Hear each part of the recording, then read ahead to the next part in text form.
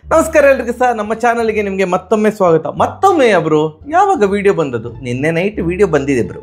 Asia ಕಪ್ಪಿನ ಮೊದಲ ಪಂದ್ಯದ ವಿಡಿಯೋನ ನಿನ್ನೆ ಹಾಕಿದ್ದೆವು. ನೈಟ್ ಬರೋಬ್ಬರಿ 4,000 ಜನ ನೋಡಿದ್ರು ಅಷ್ಟೇ. ಅದರಲ್ಲೇ ಗೊತ್ತಾಗ್ತದೆ ಏಷ್ಯಾ ಕಪ್ ಮೇಲೆ ಭಾರಿ ನಿರೀಕ್ಷೆಯನ್ನು ಜನ ಇಟ್ಟುಕೊಂಡಿಲ್ಲ. ಅಥವಾ ಏಷ್ಯಾ ಕಪ್ ಸ್ಟಾರ್ಟ್ ಆಗ್ತಿದೆ ಅಂದರೆ ಇಂಡಿಯಾ ಮ್ಯಾಚ್ ನೋಡ್ಬೋದು ಬಿಟ್ಟರೆ ಬೇರೆಯವರು ಎಲ್ಲ ಮ್ಯಾಚ್ಗಳನ್ನು ಫಾಲೋ ಮಾಡ್ತಾರೆ ಅನ್ನೋದೆಲ್ಲ ಅದು ಸುಳ್ಳು.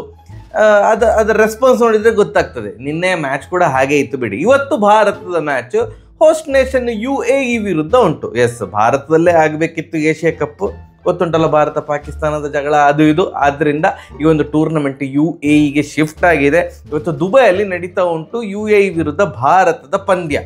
ಪ್ರಿವ್ಯೂವಲ್ಲಿ ಅಂತ ಹೇಳ್ಬೋದು, ಅಬ್ಬಬ್ಬ ಅಂತಂದರೆ ಪ್ಲೇಯಿಂಗ್ 11 ಡಿಸ್ಕಸ್ ಮಾಡ್ಬೋದು. ಬಿಟ್ಟರೆ UAE ಹೇಗೆ ಉಂಟು ಹಾಗೆ ನಂಗೆ ಗೊತ್ತಿಲ್ಲ ಅಣ್ಣ. UAE ಇದು ಏನು ಟೀಮ್ ಹೇಗೆ ಉಂಟು ನಂಗೆ ಒಬ್ಬ ಪ್ಲೇಯರ್ಸ ಗೊತ್ತಿಲ್ಲ, ಎಂತ ಸಹ ಗೊತ್ತಿಲ್ಲ. ಹಾಂಗ್ಕಾಂಗ್ ಟೀಮ್ ಬಗ್ಗೆ ನಂಗೆ ಗೊತ್ತಿಲ್ಲ, ಒಮಾನ್ ಟೀಮ್ ಬಗ್ಗೆ ಗೊತ್ತಿಲ್ಲ. ಸೊ ಇಂಡಿಯನ್ ಟೀಮ್ ಬಗ್ಗೆ ಗೊತ್ತುಂಟು. ಅಯ್ಯೋ ಅದು ಆ 3 ದೇಶ ಯಾಕೆ, ನನಗೆ ಪಾಕಿಸ್ತಾನದಲ್ಲಿ ಈಗ ಯಾರಿದ್ದಾರೆ ಯಾರಿಲ್ಲ ಅಂತವೇ ಗೊತ್ತಿಲ್ಲ. ಕಂಪ್ಲೀಟ್ ಚೇಂಜ್ ಆಗಿದೆ, ಎಲ್ಲ ಹೊಸಬರು ಬಂದಿದ್ದಾರೆ. ಬಟ್ ಭಾರತ ಕ್ರಿಕೆಟಲ್ಲಿ ಯಾರ್ಯಾರಿದ್ದಾರೆ ಅನ್ನುವಂಥ ಒಂದು ಮಾಹಿತಿ ಆದರೂ ಉಂಟು. ನೋಡಿ, ಈಗ ಭಾರತ ಏನಾದರೂ 2 ಟೀಮನ್ನು ಕಳಿಸಿದರೆ ಏಷ್ಯಾ ಕಪ್ಪಿಗೆ, ಇಂಡಿಯಾ A ಮತ್ತು ಇಂಡಿಯಾ B, ಅಥವಾ ಇಂಡಿಯಾ ಆ್ಯಂಡ್ ಇಂಡಿಯಾ A ಅಂತ ಒಂದು 2 ಟೀಮ್ ಮಾಡಿ ಕಳಿಸಿದ್ರು ಅಂತ ಇಟ್ಕೊಳ್ಳಿ. ಫೈನಲ್ಲೇ ಇಂಡಿಯಾ ವರ್ಸಸ್ ಇಂಡಿಯಾ A ಇರ್ಬೋದು ಅಂತ ನಾನು ಎಕ್ಸ್ಪೆಕ್ಟ್ ಮಾಡ್ತೀನಿ. ಯಾಕಂತಂದರೆ ಅಂತಹ ಒಂದು ಸ್ಟ್ರಾಂಗ್ ಎಂತ ಹೇಳೋದು ಪ್ಲೇಯರ್ಸ್ ಲಿಸ್ಟ್ ಉಂಟು. ಅದರಲ್ಲಿ ಪಾಪ ಹೇಗೋ ಒಂದು 15 ಜನರನ್ನು ಸಿಲೆಕ್ಟ್ ಮಾಡಿದ್ದಾರೆ ಇಂಡಿಯನ್ ಟೀಮ್. ಅದರಲ್ಲಿ 11 ಜನ ಯಾರಾಗ್ತಾರೆ ಅಂತ ಇವತ್ತು ಡಿಸ್ಕಸ್ ಮಾಡ್ಬೋದು. ನನ್ನ ಪ್ರಕಾರ ಏಷ್ಯಾ ಕಪ್ಪು ಭಾರತ ನಿರಾಯಾಸವಾಗಿ ಗೆಲ್ಲಬೇಕು. ಬಟ್ T20 ಮಾದರಿ ಕ್ರಿಕೆಟ್ ಆಗಿರೋದ್ರಿಂದಾಗಿ ಯಾವ ಕ್ಷಣದಲ್ಲಿ ಎಂತ ಬೇಕಾದ್ರೆ ಸಹ ಆಗ್ಬೋದು.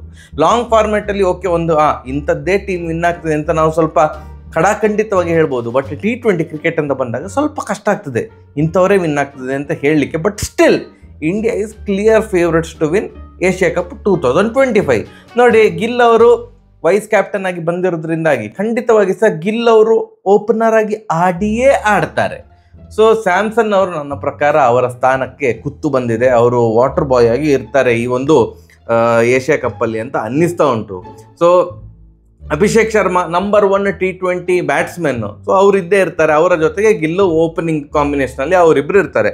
ಅದಾದಮೇಲೆ number 2 T20 batsman Tilak Verma. ನಾನು ಅಂದ್ಕೊಂಡಿದ್ದೆ ಸ್ಯಾಮ್ಸನ್ ಅವ್ರನ್ನ 1 ಡೌನ್ ಆಡಿಸ್ಬೋದು, ತಿಲಕ್ ವರ್ಮಾ ಅವ್ರನ್ನ ಕೂರಿಸ್ಬೋದು ಅಂತ. ಬಟ್ ನಂಬರ್ 2 ಬ್ಯಾಟ್ಸ್ಮನ್ ಅಣ್ಣ, ಹೇಗೆ ಕೂರಿಸ್ತೀರಿ? ಸೊ ತಿಲಕ್ ವರ್ಮಾ ಅವರು ತಂಡದಲ್ಲಿ ಇದ್ದೇ ಇರ್ತಾರೆ.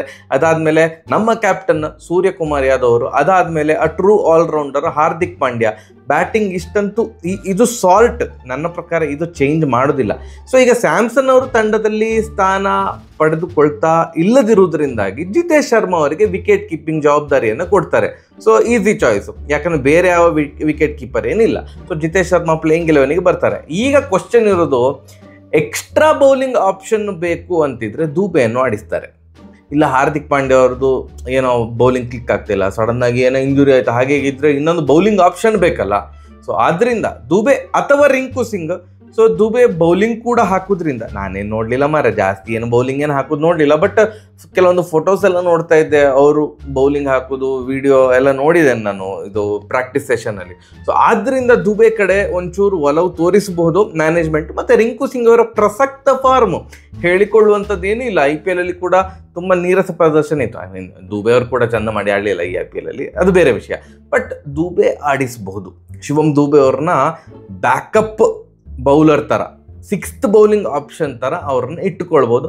ಅದಾದ ಮೇಲೆ ಮತ್ತೊಬ್ಬ ಪ್ರಾಪರ್ ಆಲ್ರೌಂಡರ್ ಅಕ್ಷರ್ ಪಟೇಲ್ ಅವ್ರನ್ನ ನಾನೀಗ ಇಲ್ಲಿಟ್ಟಿದ್ದೇನೆ. ಬಟ್ ನೋಡಿ, ಅವರು T20 ವರ್ಲ್ಡ್ ಕಪ್ಪಲ್ಲಿ ಸಹ ಸ್ವಲ್ಪ ಟಾಪ್ ಆಫ್ ದ ಆರ್ಡರಲ್ಲಿ ಬಂದು ಆಡ್ತಾ ಇದ್ರು. ಸೊ ಬ್ಯಾಟಿಂಗ್ ಆರ್ಡರ್ ಏನಿರ್ತದೆ ಅಂತ ಹೇಳಲಿಕ್ಕಾಗೋದಿಲ್ಲ. ಹಾರ್ದಿಕ್ ಪಾಂಡ್ಯ ಅವರಕ್ಕಿಂತ ಮುಂಚೆ ಕೂಡ ಅಕ್ಷರ್ ಪಟೇಲ್ ಅವ್ರನ್ನ ಆಡಿಸ್ಬೋದು, ಯು ನೆವರ್ ನೋ. ಅದಾದ ಮೇಲೆ ಮೇನ್ ತಲೆನೋವು ಇರೋದು ಕುಲ್ದೀಪ್ ಯಾದವ್ ಅಥವಾ ವರುಣ್ ಚಕ್ರವರ್ತಿ ಅಂತ. ನನಗೆ ಸಹ ಈಗ ಸಡನ್ನಾಗಿ ಪಿಕ್ ಮಾಡು ಅಂತ ಹೇಳಿದರೆ ನಂಗೆ ಗೊತ್ತಾಗೋದಿಲ್ಲ ಯಾರನ್ನ ಆಡಿಸ್ಬೇಕಂತ. ಇಬ್ಬರಲ್ಲಿ ಒಬ್ಬರು ಮಾತ್ರ ಆಡ್ಬೋದು, that is for sure. Kuldeep Yadav ಅವರು ಆಡ್ತಾರೆ, ಇಲ್ಲ ಇದ್ರೆ ವರುಣ್ ಚಕ್ರವರ್ತಿ ಅವರು ಆಡ್ತಾರೆ. ಅದಾದಮೇಲೆ T20 ಕ್ರಿಕೆಟಲ್ಲಿ ಭಾರತಕ್ಕೆ ಹೈಯೆಸ್ಟ್ ವಿಕೆಟ್ ಟೇಕಿಂಗ್ ಬೌಲರ್ ಯಾರು ಅಂತಂದರೆ ಹರ್ಷ್ದೀಪ್ ಸಿಂಗ್. ಸೊ ಹರ್ಷ್ದೀಪ್ ಸಿಂಗ್ ಅವರು ಎಡಗೈ ಬೌಲರ್, ಅವರು ತಂಡದಲ್ಲಿ ಸ್ಥಾನ ಪಡ್ಕೊಂಡೇ ಕೊಡ್ತಾರೆ. ಅದಾದಮೇಲೆ ಜಸ್ಪ್ರೀತ್ ಬುಮ್ರಾ ಅವರಿಗೆ ಮತ್ತೆ ಪುನಃ ಇದು ಏನು ಡಬ್ಬಾ ಮ್ಯಾಚ್, ಇದೇನು 1 ಸೈಡೆಡ್ ಮ್ಯಾಚ್ ಆಗ್ತದೆ, ಸೊ ರೆಸ್ಟ್ ಕೊಡುವ. ನನ್ನ ಪ್ರಕಾರ ಫಸ್ಟ್ ಆಫ್ ಆಲ್ ಚಿಕ್ಕ ಟೂರ್ನಮೆಂಟ್, ಅದರ ಮೇಲೆ ಸರ್ ರೆಸ್ಟ್ ಗಿಷ್ಟೆಲ್ಲ ಕೊಡೋದು ಡೌಟ್ ಅಂತ ಅಂದ್ಕೊಂಡಿದ್ದೇನೆ. ಓಕೆ, ಅವರಿಗೆ ರೆಸ್ಟ್ ಕೊಟ್ಟರು ಅಂತ ಇಟ್ಕೊಳ್ಳುವ. ಹಾಗೆ ಏನಾಗ್ತದೆ, ಕುಲ್ದೀಪ್ ಯಾದವ್ ಮತ್ತು ವರುಣ್ ಚಕ್ರವರ್ತಿ ಅವರು ಇಬ್ಬರು ಕೂಡ ತಂಡದಲ್ಲಿ ಇರ್ತಾರೆ. ಹಾರ್ದಿಕ್ ಪಾಂಡ್ಯ ಅವರು ಸೆಕೆಂಡ್ ಬೌಲರ್ ಥರ ಯೂಸ್ ಮಾಡಿಕೊಳ್ತಾರೆ ಇರ್ಬೋದು. ಬಟ್ ಬುಮ್ರಾ ಅವರಿಗೆ ಮತ್ತೆ ಪುನಃ ರೆಸ್ಟ್ ಗಿಸ್ಟ್ ಕೊಡ್ತಾರ, ಯು ನೆವರ್ ನೋ. ನಮ್ಮ ಒಂದು ಮ್ಯಾನೇಜ್ಮೆಂಟ್ ಎಂತ ಬೇಕಾದ್ರೆ ಡಿಸಿಷನ್ಗೆ ಬರ್ತಾರೆ. But feeling bad for Samson ಅವರು. ನನಗೆ ಈ ಟೂರ್ನಮೆಂಟಲ್ಲಿ ಈಗ ಗಿಲ್ ಅವರು ವೈಸ್ ಕ್ಯಾಪ್ಟನ್ ಆಗಿ ಬಂದಿರೋದ್ರಿಂದಾಗಿ ಅವ್ರಿಗೆ ನನಗೆ ಗೊತ್ತಿಲ್ಲಪ್ಪ, ಪ್ಲೇಯಿಂಗ್ 11ನಲ್ಲಿ ಚಾನ್ಸ್ ಸಿಗೋದು ಡೌಟ್ ಅಂತ ಅಂದ್ಕೊಂಡಿದ್ದೇನೆ. ಅಂಟಿಲ್ ಅಣ್ಣಲ್ಲ ತಿಲಕ್ ವರ್ಮಾ ಅವ್ರದ್ದು ಫಾರ್ಮ್ ಆ ರೇಂಜಿಗೆ ಕೆಟ್ಟು ಹೋದ್ರೆ ಆಗ ಸ್ಯಾಮ್ಸನ್ ಅವರು 1 ಡೌನ್ ಪ್ಲೇಯರ್ ಆಗಿ ಬರ್ಬೋದು, ಬಿಟ್ಟರೆ ಭಾರಿ ಕಷ್ಟ ಉಂಟು. ನೀವು ಹೇಳ್ಬೋದು ಜಿತೇಶ್ ಶರ್ಮಾ ಅವರ ಬದಲಿಗೆ ಸ್ಯಾಮ್ಸನ್ ಅವ್ರನ್ನ ಆಡಿಸ್ಬೋದಲ್ಲ ಬ್ರೋ ಅಂತ. ಸ್ಯಾಮ್ಸನ್ ಅವರು ಆ ಆರ್ಡರಲ್ಲಿ ಆಡುವಂತಹ ಬ್ಯಾಟ್ಸ್ಮನ್ ಅಲ್ಲ, ಅವರು ಟಾಪ್ ಆರ್ಡರ್ ಬ್ಯಾಟ್ಸ್ಮನ್. ಸೊ ಆದ್ದರಿಂದ ಜಿತೇಶ್ ಶರ್ಮಾ ಅವರೇ ವಿಕೆಟ್ ಕೀಪರ್ ಆಗಿರ್ತಾರೆ ಅಂತ ಅನ್ನಿಸ್ತದೆ. How excited are you? ಈ ಏಷ್ಯಾ ಕಪ್ ಬಗ್ಗೆ ನಿಮಗೆ ಎಷ್ಟು ಎಕ್ಸೈಟ್ಮೆಂಟ್ ಉಂಟು? ನಿಮ್ಮ ಒಂದು ಪ್ಲೇಯಿಂಗ್ 11 ಕಮೆಂಟ್ ಸೆಕ್ಷನಲ್ಲಿ ತಿಳಿಸಿ.